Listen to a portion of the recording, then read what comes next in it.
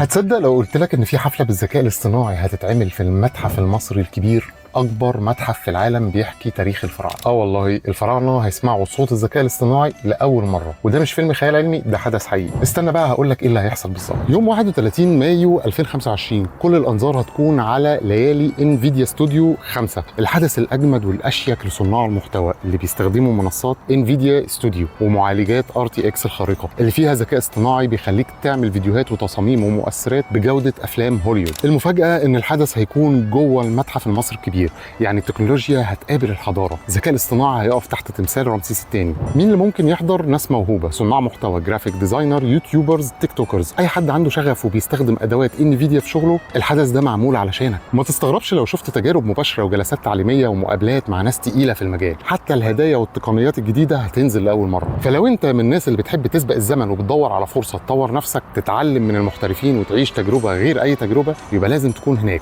31 مايو المتحف المصري الكبير.